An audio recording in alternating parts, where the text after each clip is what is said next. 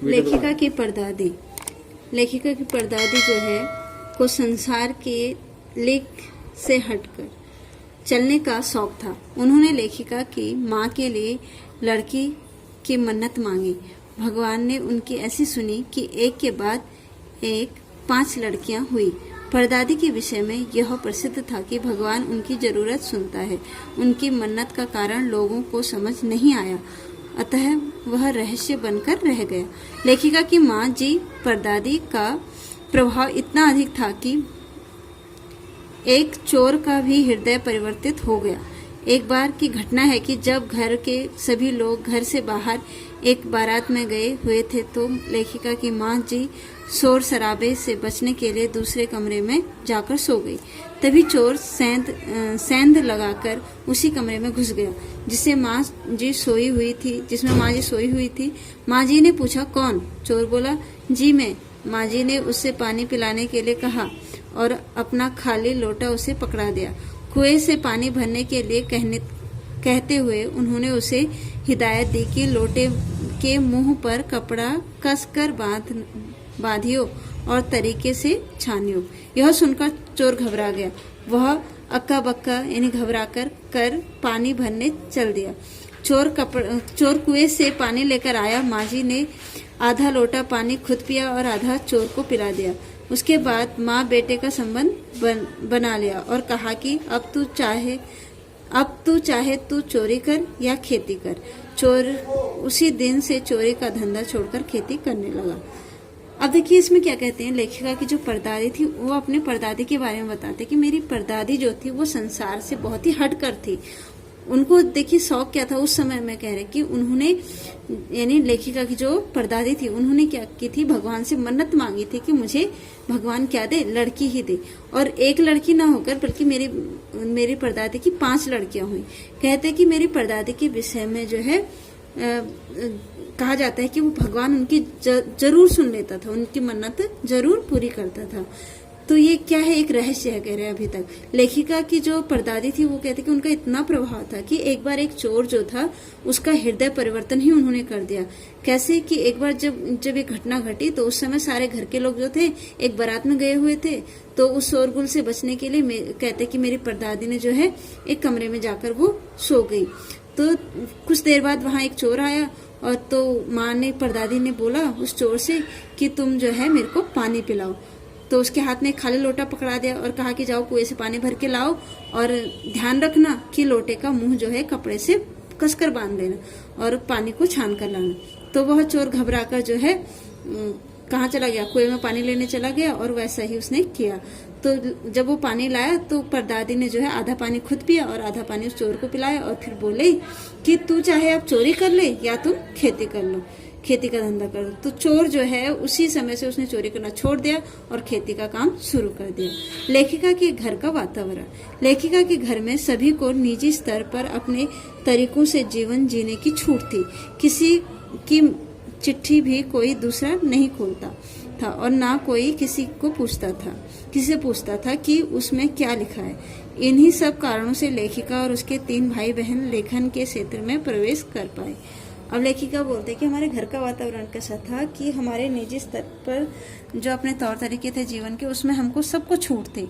किसी की चिट्ठी जो थे दूसरा नहीं खोलता था और न ही उसे पूछता था कि इसमें क्या लिखा है, तुम्हारे लिए क्या चिट्ठी आई है। तो हम भाई बहनों को जो थी लिखने की पूरी स्वतंत्रता थी। भारत की आज़ादी से जुड़ी लेखिका की यादें कि अब लेखिका जो है भारत की आज़ादी से जो उनकी जुड़ी यादें थी वो किस प्रकार की थी। सन 1947 में जब भारत आज़ाद हुआ तब लेखिका को टाइफाइड हो गया। आज़ादी के जश्न में वह शामिल न हो सकी, काफ़ी रोई धोई। तब लेखिका के पिताजी ने 9 वर्ष की बालिका यानी लेखिका को ब्रादर्स कारमजोब नामक उपन्यास पढ़ने के लिए पकड़ा दिया। उस उपन्यास में बच्चों पर होने वाले अत्याचारों की गाथा थी। लेखिका को एक अध्याय तो पहली बार में ही याद हो गया। लेखिका के मन पर इसका इतना अधिक प्रभाव पड़ा कि उसने लेखन यानी कहानियों में एक महत्वपूर्ण अंश में यह प्रभाव दिखाई पड़ता है, जैसे जादू का कालीन, मेरा नाटक नहीं, 3 किलों की छोरी आदि। कट गुलाब जैसे उपन्यास में कई अंशों में भी इसका प्रभाव दिखाई पड़ता है। अब कहते हैं कि जो भारत की आज़ादी से जुड़ी लेखिका की यादें हैं वो किस प्रकार थी कि सन 1947 को जब भारत देश आज़ाद हुआ तो लेखिका को क्या हुआ था, टाइफाइड हुआ था। लेखिका ने आज़ादी के जश्न में शामिल होने के लिए काफ़ी रोई वो, लेकिन उसे वहाँ जाने नहीं दिया गया। इसलिए जो है उनके पिताजी ने उन्हें क्या, उस 9 वर्ष की बालिका, यानी उस समय लेखिका की उम्र कितनी थी, 9 वर्ष थी, तो उन्हें एक कौन सी किताब दी, कौन सा उपन्यास दिया, ब्रदर्स कारामजोब नामक एक उपन्यास दिया और उस उपन्यास को लेखिका ने पढ़ा। उसमें उपन्यास में क्या था, बच्चों पर होने वाले अत्याचारों की गाथाएं थी। लेखिका पर जो है इस उपन्यास का बहुत अधिक प्रभाव पड़ा, इसलिए उन्होंने जो है अपनी कहानियों में, जैसे जादू की कालीन, मेरा नाटक नहीं, 3 किलो की छोरी आदि और कठगुलाब जैसे उपन्यासों में उस उपन्यास के कुछ अंश जो है मिलते हैं। अब लेखिका और उसके भाई बहनों का व्यक्तित्व। परदादी ने जिसके लिए मन्नत मांगी थी वह लेखिका की बड़ी बहन मंजुला भगत थी, जिनका घर का नाम रानी था। लेखिका 4 बहनें थी और एक भाई राजीव था। चारों बहनों में लड़की होने की कोई हीन भावना नहीं थी। चारों बहनों में लिख पर चलने से इनकार कर दिया। दूसरे नंबर पर लेखिका थी, जिसका घर का नाम उमा था। लेखिका से छोटी बहन का घर का नाम गौरी और बाहर का चित्रा था। उससे छोटी रेणु यानी अचला थी, जिस लेखिका का भाई हिंदी में और अचला अंग्रेजी में लेखन के क्षेत्र में जुड़ गई।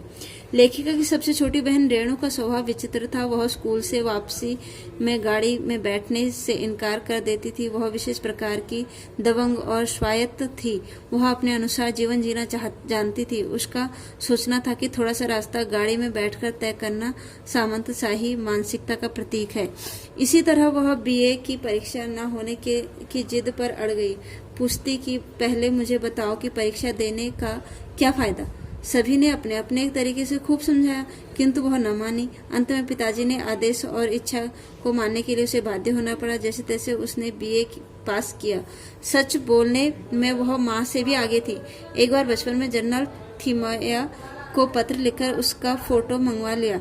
तीसरी बहन चित्रा भी दबंग किस्म की थी।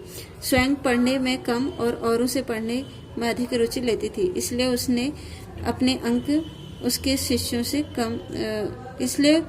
उसके अपने अंक जो थे अपने शिष्यों से कम आते थे। अब देखिए कि वो लेखिका की जो भाई बहन था उनका व्यक्तित्व कैसा था, उसके बारे में कहती कि जो परदादी ने मन्नत मांगी थी ना, तो वो लेखिका की बड़ी बहन के लिए, उसका नाम था मंजुला, उसके लिए लेखिका की परदादी ने मन्नत मांगी थी कि लड़की हो जाए। तो उसका घर का नाम था रानी। लेखिका की 4 बहनें थी और एक भाई था, उसका नाम राजीव था। तो लेखिका की जो बड़ी बहन थी, बड़ी बहन की कोई हीन भावना नहीं थी उनमें आपस में, और चारों बहनें जो थी वो क्या थी, अलग अलग स्वभाव की थी। दूसरे नंबर की जो लेखिका थी उसका नाम, घर का नाम तो उमा था, और जो छोटी बहन थी उनका नाम गौरी था, लेकिन जो बाहर का नाम था वो अलग था। तो जो लेखिका की जो सबसे छोटी बहन थी वो बहुत ही विचित्र स्वभाव की थी। जब भी वो स्कूल से वापस घर को गाड़ी में आते तो वो गाड़ी से उतर जाते और बोलते कि इतनी छोटा रास्ता तय करना गाड़ी में क्या होगा, एक सामंतशाही की तरह होगा, यानी मैं जो है इसमें नहीं बैठ के आ सकती हूँ, मैं क्या आऊंगी, पैदल आऊंगी। जैसे तैसे उसने बीए कर लिया, और जो है जब वो बीए में थी तो उसने पेपर देने से ही इनकार कर दिया। पिताजी ने बहुत समझाया, तब जाके उसने कहीं जाके पेपर दिए। और सच बोलने में तो माँ से भी वो आगे थी। उसने क्या किया था एक बार कि जनरल थिमैया को पत्र लिखा और उसे फोटो मंगवा लिया। तीसरी बहन जो चित्रा थी वो भी ऐसी दबंग स्वभाव की थी। कहते कि वो पढ़ने में तो कम थी लेकिन औरों में ज्यादा रुचि लेती थी, इसलिए उसके अंक जो थे हमेशा कम आते थे। लेखिका और उसकी बहन का शादी का निर्णय। शादी के समय उसने एक नज़र में लड़का पसंद कर लिया और ऐलान कर दिया कि शादी करेगी तो उसी लड़के से करेगी, और यह बात लड़के को भी बता दी कि एक बार जो वह ठान लेती है करके ही दम लेती है। लड़के ने भी हथियार डाल दिया और अंततः उसी लड़के के साथ उसकी शादी हुई। सबसे छोटी बहन अचला ने ठीक से पढ़ाई लिखाई करके पिताजी की इच्छा अनुसार शादी की। ऐसा लग रहा था कि वह पूरी तरह से लिख पर चल रही है, परंतु 30 वर्ष की उम्र तक आते आते उसे भी लिखने का रोग लग गया। वह पत्रकारिता और अर्थशास्त्र की छात्रा थी। लेखिका सहित सभी बहनें लीक से हटकर चली, यह उनकी विशेषता थी। परंतु विवाह और घर गृहस्थी के परंपरागत तरीके से सबने निभाया। उनका सोचना था कि कोई प्रयोजन सिद्ध करने के लिए घर छोड़ने से कुछ नहीं होता। घर के भीतर रहकर भी अपनी मर्जी से जीवन जिया जा सकता है। अब देखिए कि क्या हुआ कि लेखिका और उसकी बहन जो थी, उनकी शादी का निर्णय किस प्रकार लिया उन्होंने। शादी के समय जो थे, एक नज़र में ही जो है लड़का दोनों ने पसंद कर लिया था। उसने ऐलान भी कर दिया कि मैं जो है इसी लड़के से शादी करूंगी, और लड़के ने भी हथियार डाल दिया। उसने भी बोला कि हाँ ठीक है, मैं इसी से शादी करूंगा। और सबसे जो छोटी बहन थी, उसने, अचला जिसका नाम था, उसने तो ठीक ठाक पढ़ाई की और पिताजी की इच्छा अनुसार ही उसने शादी की। और 30 वर्ष की उम्र के बाद उसने भी लिखना जो था शुरू कर दिया था। उसने, क्योंकि अर्थशास्त्र की वो छात्रा थी, इसलिए उसने पत्रकारिता का उसे शौक था। लेखिका सहित सभी बहनें जो थी हटकर चलती थी। उनकी अपनी अपनी विशेषताएं थी, लेकिन सबने जो है अपनी गृहस्थी की परंपरा को अच्छे तरीके से निभाया। उनका सोचना जो था वो क्या था, एक प्रयोजन सिद्ध था, और अपनी मर्जी से वो जीवन जिया करती थी।